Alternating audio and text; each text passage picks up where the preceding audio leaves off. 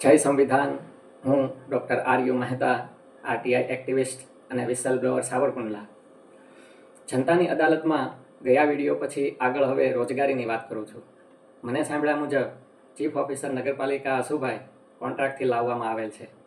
એનું કારણ છે કે સાવરકુંડલામાં કોઈ પણ ગેરકાયદેસર કરવામાં આવે, જેવા કે આ સાધુ ગરીબ પરિવાર ઉપર થયેલું અને મારા ઉપર થયેલું, એવા બે છુપા અને ફરજી ડિમોલિશન જેવા કામો કે જે મહેશભાઈ અને તેમની 5 કરોડના કૌભાંડવાળી ગેરકાયદેસર ફ્રેન્ડ સોસાયટી માટે કરવામાં આવ્યા, તેમાં ખોટું કરવામાં આવે અને સાબિત થાય તો કોન્ટ્રાક્ટવાળા કર્મચારીને શું કરી લેવામાં આવે.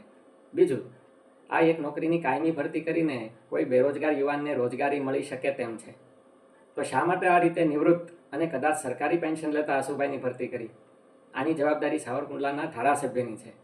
આવું બંને તાલુકાના સરકારી તંત્રમાં કેટલી જગ્યાએ ચાલે છે, કેટલી જગ્યાઓને આ રીતે ભરેલ છે, તે અંગે ધારાસભ્ય આંકડા જારી કરે અથવા જાગૃત કાર્યકરો ઉજાગર કરે.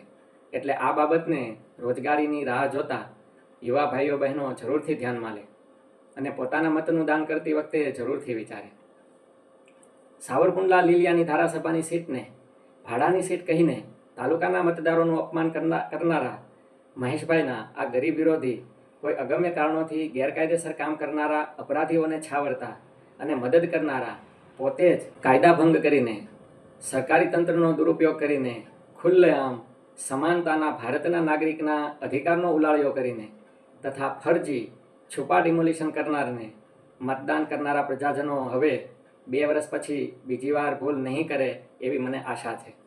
સામાન્ય જનતાના કામ મૂકીને આ બધું કરવામાં કાર્યરત મહેશભાઈ અને હસુભાઈ સહિતના સરકારી તંત્રની આ સત્ય હકીકતોને તમામ પ્રજાજનો, ગરીબો, વેપારીઓ, નોકરિયાતો સાથે સામાજિક કાર્યકર્તાઓ અને રાજકીય કાર્યકર્તાઓ ગંભીર નોંધ લે. તેમાં સામાજિક કાર્યકર્તાઓ અને રાજકીય કાર્યકર્તાઓની વિશેષ ફરજ છે. આ હકીકતોને રાજ્ય કક્ષાએ રજૂ કરે અને જેમની પાસે સંપર્કો હોય તેઓ વડાપ્રધાન શ્રી નરેન્દ્રભાઈ મોદી અને ગૃહમંત્રી શ્રી અમિતભાઈ શાહ સુધી પહોંચાડે. ગેરકાયદેસર ફ્રેન્ડ સોસાયટીને ઓળખનારા આજુબાજુમાં વસતા ઇન્દિરા વસાહત વગેરે વિસ્તારો ખાસ ધ્યાન આપે. આ સોસાયટીનો વિકાસ કરવા કે અન્ય કારણોથી આવું ફરજી ડિમોલિશન આજુબાજુમાં કરી દેવામાં આવવાની શક્યતા નકારી શકાતી નથી. એટલે અત્યારથી ચેતી જવામાં મજા છે. અન્ય ગરીબ વિસ્તારના લોકો પણ જરૂર વિચાર કરે. અહીં સમાપન કરતાં છેલ્લે જણાવું છું કે મહેશભાઈને 1 આંગળી ચીંધતા 4 આંગળીઓ પોતાના તરફ આવી છે. એટલે મહેશભાઈ પાસે આશા રાખું છું કે મારા બાબતે ફરી નવી આંગળી ચીંધવા કે બીજા દ્વારા ચીંધાવવાના કારસા કરવાથી અને વધુ કોઈ મારા વિરુદ્ધ કરીને બતાવી દેવાથી મેં રજૂ કરેલ સત્ય હકીકતોથી બચી શકાશે નહીં. એટલે હજી સમય છે. ભૂલ તો કોનાથી નથી થતી, પણ ભૂલનું પ્રાયશ્ચિત કરવાથી સુધાર થઈ શકે છે. વાલિયો લૂંટારો વાલ્મીકી ઋષિ બની શકે છે. એટલે મહેશભાઈ અને ચીફ ઓફિસર હસુભાઈ સહિતનું સરકારી તંત્ર હજી ભૂલ સુધારી શકે છે. આ સલાહ નથી આપતો, પણ દિવાલ કાઢીને એક ભૂલ સુધારવાનો પ્રયત્ન કર્યો હતો એવું પોઝિટિવલી માનીને ધ્યાન દોરું છું. બાજુવાળા મહેન્દ્રભાઈ હજી પોતાની કાર મહેશભાઈના ઘર પાસે મૂકતા બીવે છે. તેની મદદ કરે. જેવો રસ્તો પોતાના ઘર સુધી બનાવ્યો એ જ પદ્ધતિથી તે રોડ લંબાવીને એ મહેન્દ્રભાઈના ઘર સુધી બનાવરાવે. મહેન્દ્રભાઈના ઘર સામે ખોટી રીતે બનાવેલ રોડને બદલે ત્યાં આવેલ પ્લોટની માપણી કરીને એને અડીને જે સાધુ કુટુંબના ઘરનો ભાગ કાપીને છૂપું ડિમોલિશન કરેલ હતું, નગરપાલિકા તેને પોતાનું સોંપી દે. મારા ઘરે ડિમોલિશન કરીને કબજે લઈ ગયેલ ફેન્સિંગ, જાળી, તારની વાડ ત્યાં તેને નગરપાલિકા કરી દે. મારા ઘર પાસેથી ઉખાડી દીધેલ વૃક્ષની એ જ સાઇઝના વૃક્ષને રક્ષણ સહિત ફરીથી વાવી દે. અને મહેશભાઈ દ્વારા એકરાર અને ભલામણ કર્યા મુજબ સોસાયટીના રસ્તા અને જાહેર માર્ગ પરના અતિક્રમણ દૂર કરે એમ જે કહેલ હતું તે મુજબ સોસાયટીએ પોતે લેઆઉટ પ્લાન આપીને પોતે જ દબાણ દૂર કરવા કરેલ અરજી મુજબ રસ્તાને અડચણરૂપ તેમના દ્વારા વંડીઓના 22થી વધુ 5-5 વારના તમામના એવા દબાણો સહિત રસ્તા ઉપરના 3 પાણીના દાર, તેની ઓરડી સહિત જૂના 8 દબાણો એટલે કે કુલ 30 દબાણો દૂર કરે. હા, આપનું ધ્યાન દોરું છું કે મહેન્દ્રભાઈને રસ્તો બનાવી દેવાની રજૂઆતનો અર્થ તેમના ઘર સામે કબી ટેકરી બાજુની વાત નથી.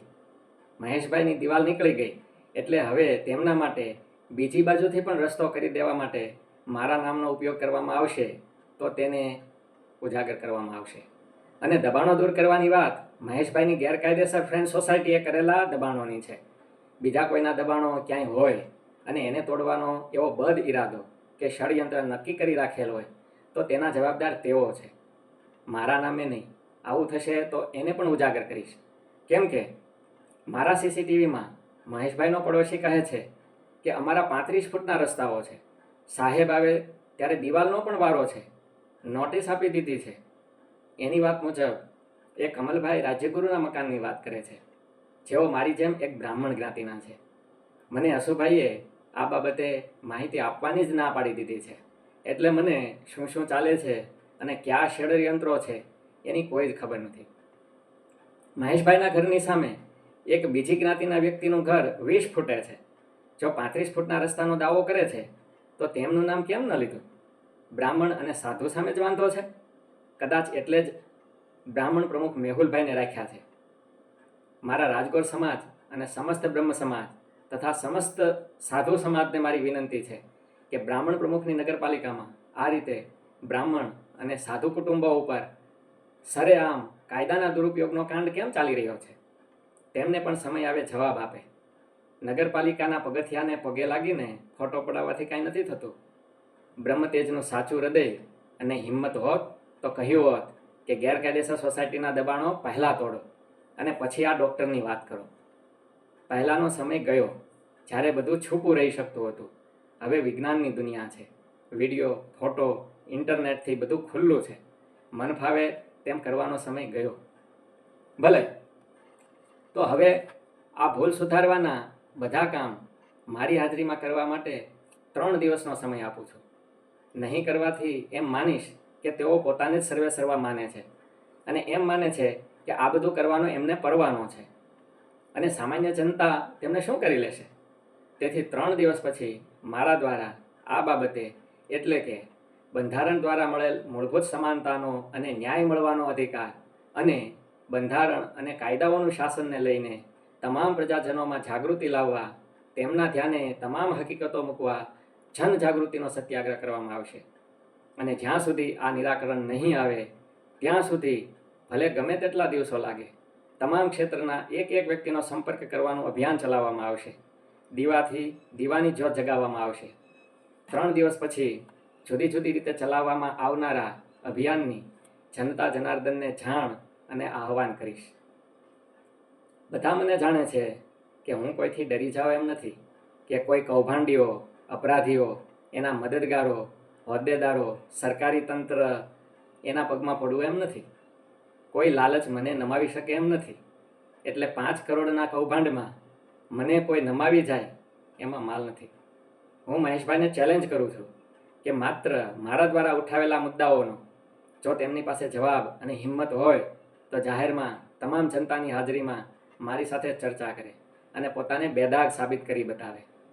હા, ભવિષ્યમાં ગમે ત્યારે મને કે મારા કુટુંબને, મારી મિલકતોને હજુ પણ કંઈ ગેરકાયદેસર રીતે નુકસાન કે મારફાડ, ખૂનામરકી કરવામાં આવશે તો તેની જવાબદારી ધારાસભ્ય મહેશભાઈ કસવાળા અને તેમની ગેરકાયદેસર ફ્રેન્ડ સોસાયટીના માથાભારે શખ્સોની, તેમજ આ બધાના જવાબદાર પોલીસ તંત્ર સહિતના સરકારી તંત્ર અને શાસકીય તંત્રની રહેશે તેમ જાહેર કરું છું. અને આ કાયમ માટે રેકોર્ડમાં રહેશે. આ પ્રકરણના સમયગાળાના 5 મહિનાના મહેશભાઈ, મેહુલભાઈ, હસુભાઈ સહિતના સામેલ તમામ સરકારી કર્મચારીઓના મોબાઈલની વાતચીત પોલીસ તંત્ર કઢાવે અને જે ષડયંત્ર થયેલ છે તેને ખુલ્લું પાડે. જેની રજૂઆત અરજી મેં તમામ સરકારી તંત્રને કરેલ જ છે તેને ફરીથી ઓન રેકોર્ડ જાહેર કરું છું, જેથી ભવિષ્યમાં જે તે કાયદા કાનૂની પ્રશ્ન આવશે તો તેમાં આ મુખ્ય પુરાવાની મારી માગ છે. મારા તમામ વિડીયો જરૂરથી જોજો અને ફોરવર્ડ કરજો. બીજાને ધ્યાને આવે, બધા જાગૃત બને. જય હિન્દ, જય ભારત.